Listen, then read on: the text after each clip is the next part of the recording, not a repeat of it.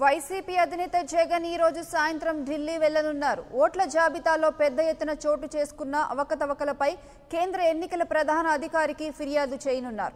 మరోవైపు రాష్ట్ర డీజీపీ వ్యవహార శైలిపై కూడా ఈసీఈకి ఫిర్యాదు చేయనున్నట్లు సమాచారం. జగన్ తో పాటు మాజీ ఎంపీలు, పార్టీ ముఖ్య నేతలు ఢిల్లీ వెళ్లనున్నట్లు తెలుస్తోంది.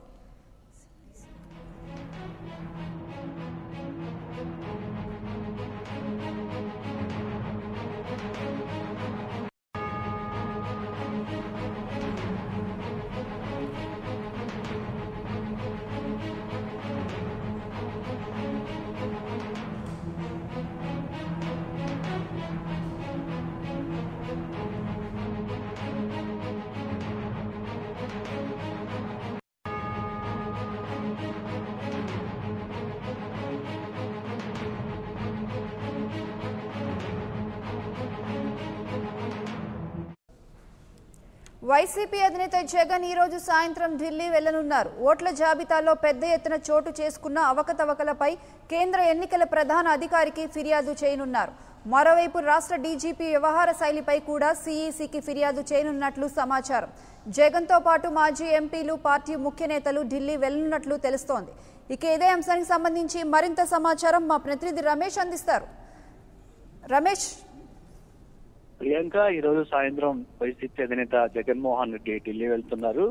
రేపు ఆయన కేంద్ర ఎన్నికల సంఘాన్ని కలవనున్నారు. ముఖ్యంగా ఆంధ్రప్రదేశ్ లో ఈ మధ్య కాలంలో సర్వేల పేరుతో పెద్ద ఎత్తున వైఎస్ఆర్ కాంగ్రెస్ పార్టీకి సంబంధించిన ఓటర్లను తొలగిస్తున్నారని వైఎస్ఆర్ కాంగ్రెస్ పార్టీ ఆరోపిస్తుంది. దీనికి సంబంధించి సర్వేలు చేస్తున్న వారిని ఇప్పటికే అనేక మందిని పట్టుకొని వాళ్ళు చేస్తున్నటువంటి సర్వేలు, అదేవిధంగా వైసీపీ ఓటర్లు తొలగిస్తున్నటువంటి విధానాన్ని కూడా రాష్ట్ర ఎన్నికల సంఘానికి తెలియజేయడం జరిగింది. అయినప్పటికీ కూడా ఇక్కడ న్యాయం జరగటం లేదనే భావనలో వైఎస్ఆర్ కాంగ్రెస్ పార్టీ ఉంది.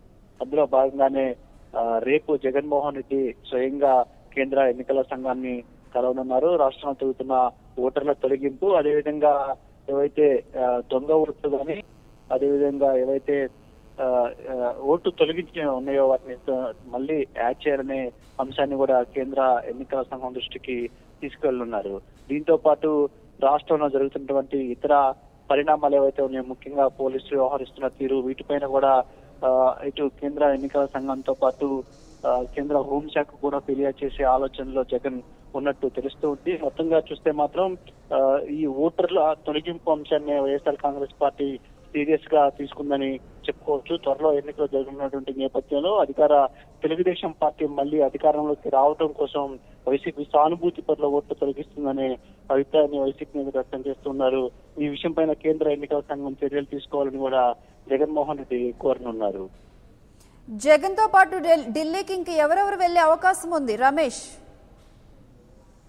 జగన్ తో పాటు ఆ పార్టీకి సంబంధించిన మాజీ ఎంపీలు, అదేవిధంగా ఎంపీలు ఇప్పటికే విజయసాయి రెడ్డి, అదేవిధంగా వేమిరెడ్డి ప్రభాకర్ రెడ్డి కూడా ఢిల్లీలోనే ఉన్నారు. వీరితో పాటు పార్టీ సీనియర్ నేతలు బొత్స సత్యనారాయణ, ఇతర ముఖ్య నేతలందరూ కూడా ఢిల్లీ వెళ్లే అవకాశం ఉన్నట్టు తెలుస్తూ ఉంది.